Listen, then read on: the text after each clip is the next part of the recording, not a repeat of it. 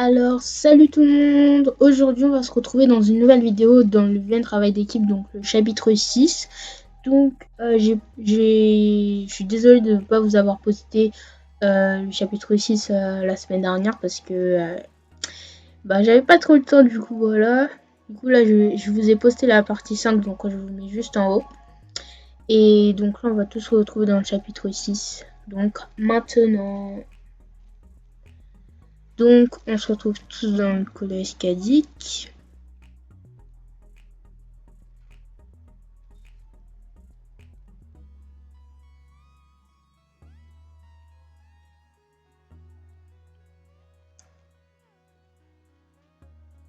Il y a un problème, Jean-Pierre?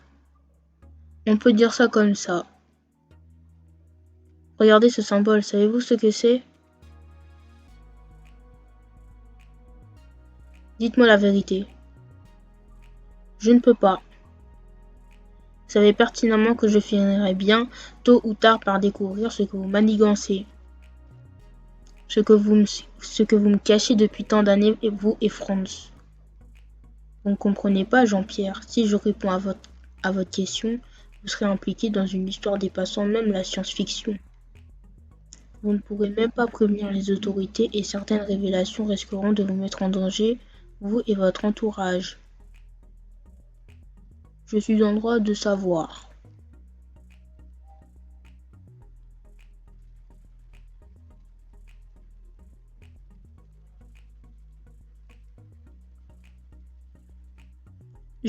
Où suis-je?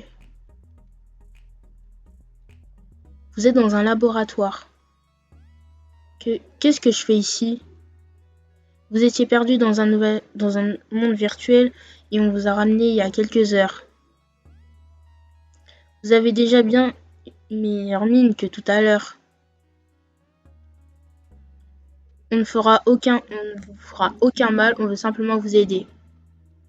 Vous m'avez dit tout à l'heure que vous vous appeliez Louise. Vous souvenez-vous d'autre chose? Votre nom de famille, par exemple? Non. Si, j'ai un enfant. Tout ce que je sais, c'est que j'irai dans un lieu étrange. Tout était blanc, des fleurs apparaissaient de temps en temps.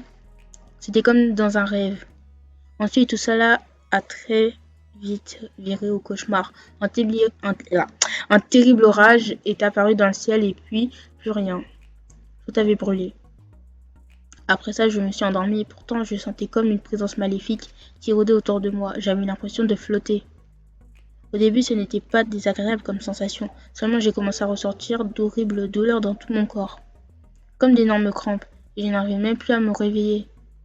Le plus bizarre dans toute cette histoire, c'est que je suis sûre que je n'ai pas toujours été là, dans cet état. Avant, j'étais ailleurs. Mais je ne me rappelle plus où. Et c'est tout ce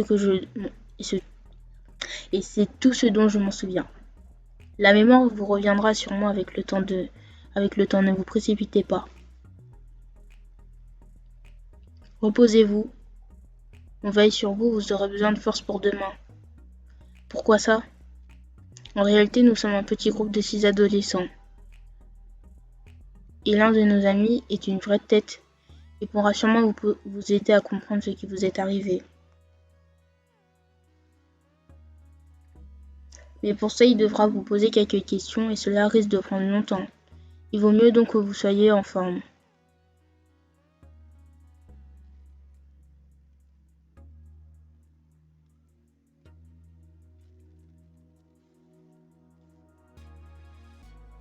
Lorsque je suis allée parler à Eric l'autre jour, je t'ai vu discuter avec Sissi. Qu'est-ce qu'elle voulait?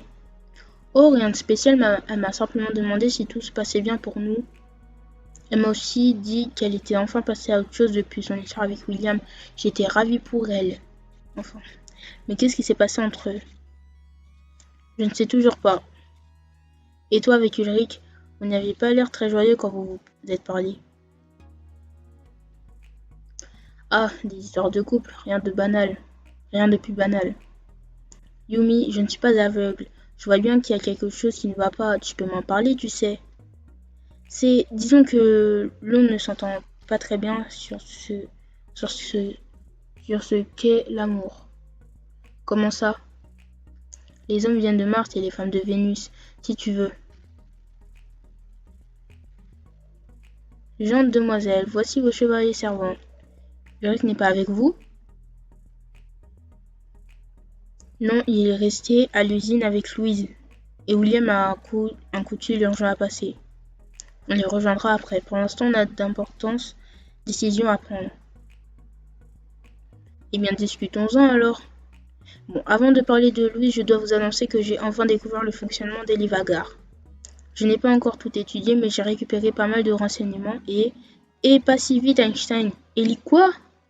Elivagar, c'est le nom du monde virtuel. Il faudrait un peu que tu chivodes.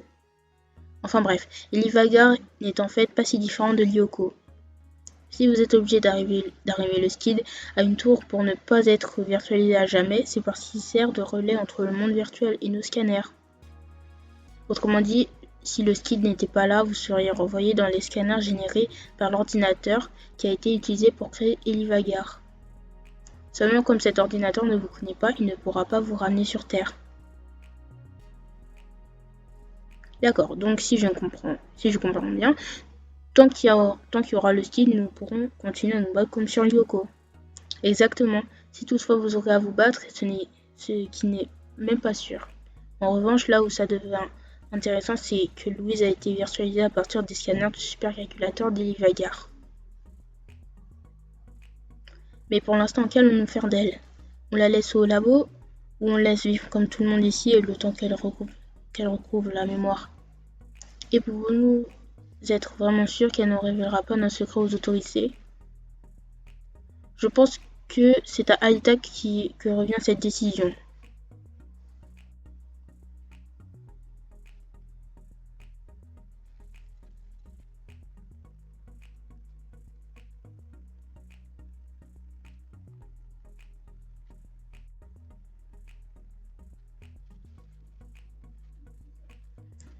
Maman, ça va? Hello ma chérie, très bien et toi? Alors raconte-moi tout. Ça bug un peu. Qu'est-ce que tu fais en ce moment? Les profs sont sympas, tu t'es fait de nouveaux amis? Les cours te plaisent? Et doucement, tout va bien, tout le monde est gentil? J'allais justement rejoindre une amie pour manger. Elle s'appelle comment? Tu n'as pas parlé qu'à cette fille au moins. Elle s'appelle Elisabeth, mais elle préfère qu'on la surnomme Sissi. J'étais boire un verre l'autre jour avec deux autres copains. Odd et Alita. Je dois te laisser ma puce. Désolé, mon patron vient de m'appeler pour débriefer sur un dossier. Comme tu le sais, les Américains n'aiment pas qu'on leur fasse perdre du temps. Je t'embrasse. Moi aussi.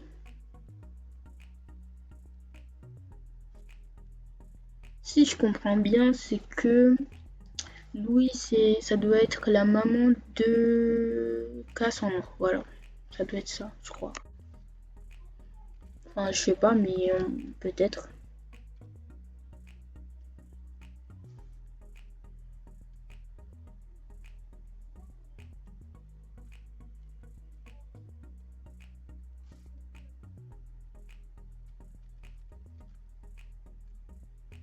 Alors, comment ça se passe avec William? C'est du passé.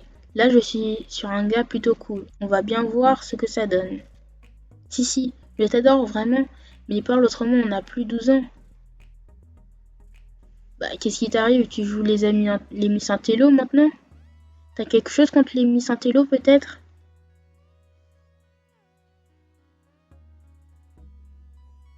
Elle est en mode, eh ben.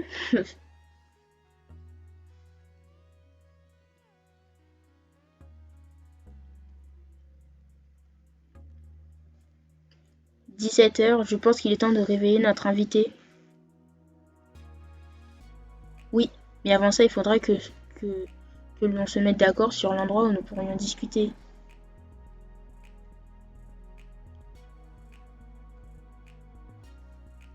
Eh bien, moi, je propose une balade en forêt.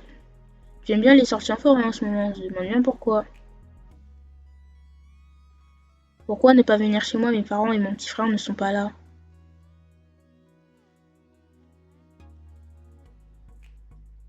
Bon, on va discuter chez Yumi.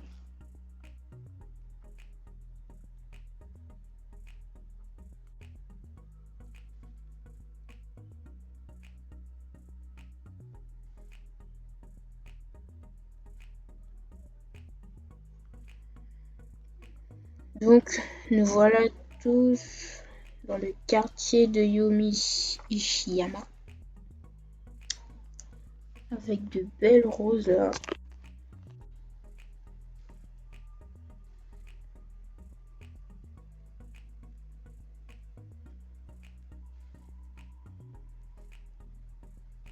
Ah oui, j'ai aussi oublié de vous dire que je me suis créé un nouveau compte YouTube.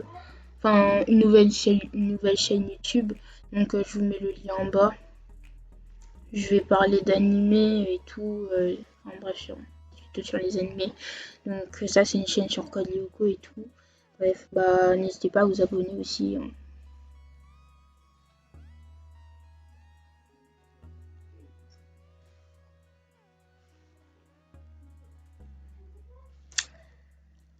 Hmm.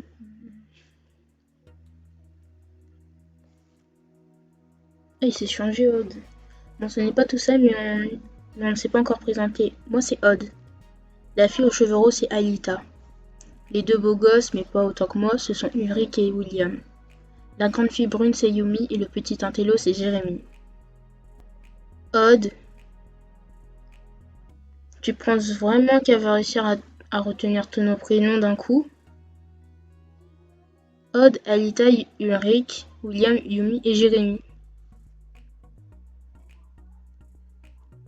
Eh bien, au moins, on sera qu'à l'avenir, il ne faudra pas vous donner votre numéro de carte de crédit.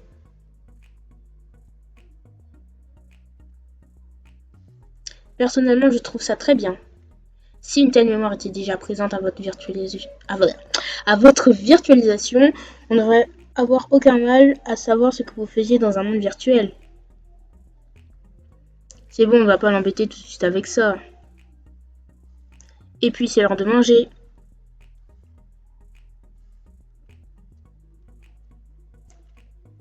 Et ils se sont changés, Alita aussi.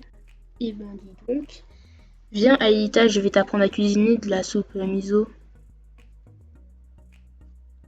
D'accord, allons-y.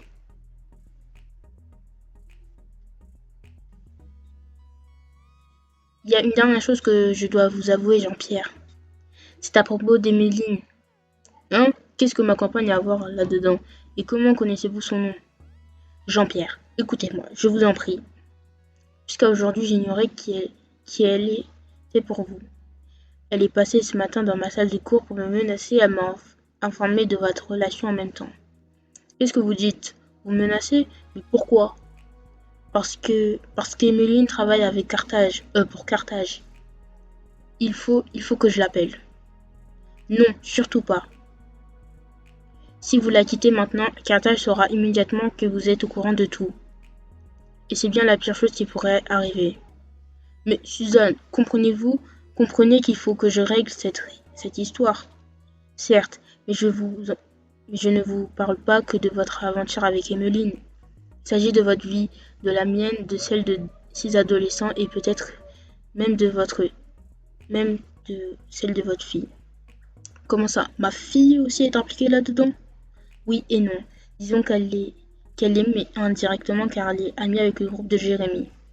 Jean-Pierre, maintenant que vous savez toute l'histoire, il faut que vous me promettiez de n'en parler à personne. Pas même aux enfants ni aux adultes concernés. C'est clair? C'est clair. Bien. À présent, vous allez faire exactement ce que je vous dis. Waouh!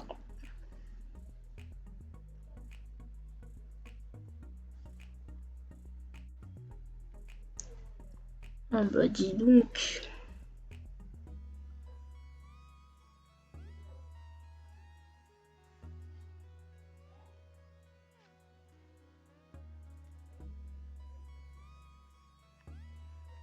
Bon, j'ai dû mettre pause parce que j'avais un truc à faire important.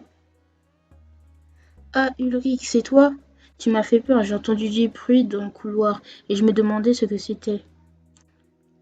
Excuse-moi, je peux entrer?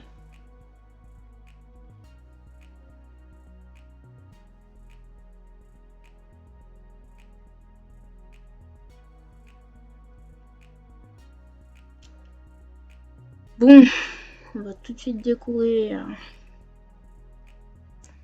Bon, alors, qu'est-ce que tu veux? Je voudrais te parler. On va pas mettre l'embrasser parce que si il se trompe Yumi, ça va mal se passer. Donc, on va mettre je voudrais te parler. Voilà. Euh, je voudrais te parler. Et de quoi? Depuis que tu es avec Yumi, il me semble que tu n'as plus besoin de moi. Non, je sais, ça se passe mal avec elle. Donc tu as décidé de revenir vers moi. C'est ça? Non, non, enfin, je veux dire oui et non. Il est vrai que l'on ne s'entend pas très bien avec Yumi en ce moment, mais ce n'est pas pour ça que je suis là. En fait, tu me manques. Je ne vais pas te mentir, Ulrich. Tu me manques aussi. Tu ne peux pas imaginer à quel point, mais c'est trop facile. Tu ne peux pas m'ignorer en étant dans les bras de ton corbeau pendant que je me démenais avec William. Fermer les yeux sur tout ce qu'il m'a fait subir alors qu'on était censés être amis et revenir 2 ans plus tard en pleurnichant, ce n'est pas envisageable. Désolée. Je comprends. Je suis désolée. Waouh. Ça, c'est la meilleure. Qu'est-ce que je peux être idiot parfois?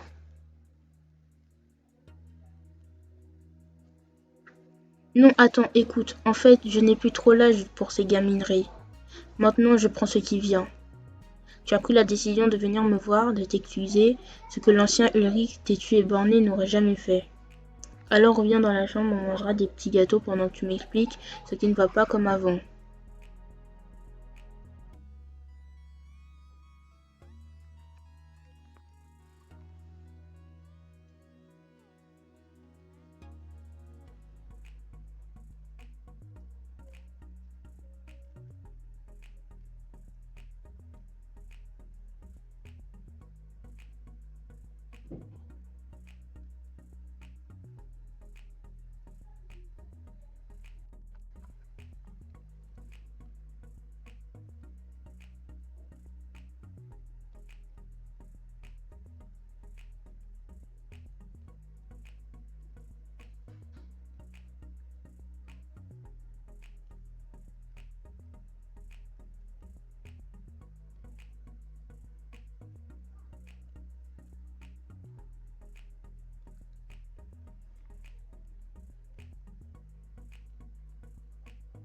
Vous avez trouvé quelque chose?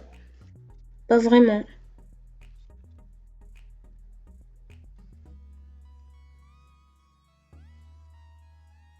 Et à mon côté non plus. À part son prénom dans une lettre. Un ancien professeur a écrit à Delmas afin de lui présenter sa démission, mais c'est tout. Pas de nom de famille, pas d'adresse. Je ne suis même pas sûre qu'il s'agisse de la même Louise dont il est en question. Et toi, Jérémy? Je n'ai pas grand-chose non plus. Je sais juste qu'elle a bien été virtualisée sur Elivagar, mais qu'elle n'a pas pu apparaître sous la forme d'un avatar humanoïde, comme cela a été le cas pour Franz Hopper. Le truc le plus dingue, c'est qu'elle serait passée dans un scanner il y a 15 ans. Quoi? Tu veux dire que cela fait 15 ans qu'elle errait dans un monde virtuel? Pas exactement. À mon avis, elle n'est jamais parvenue à saisir de manière exacte le fonctionnement d'Elivagar et elle est très vite tombée dans la mer numérique. Elle a donc atterri dans l'entre-deux virtuel Elivagar Lyoko, le même que celui où Xana s'est réfugiée il y a 2 ans. En 15 ans, elle a dû accumuler assez d'énergie pour créer une brèche dans l'entre-deux et en sortir, sans forcément se douter qu'elle libérait aussi notre pire ennemi au passage.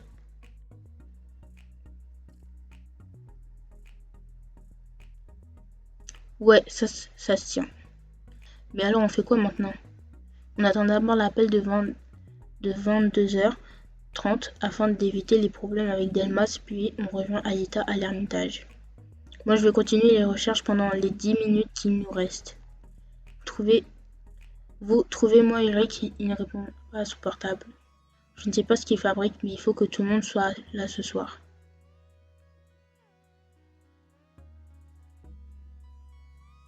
Vous avez fini le chapitre 6. Bon, les amis, je vais poster le chapitre 6 là, parce que là, j'ai presque plus de stockage du coup. Donc, j'ai plus de place sur mon ordinateur. Du coup, je poste la partie 6. Et on va tous se retrouver dans le chapitre 7. Voilà. Donc, bye.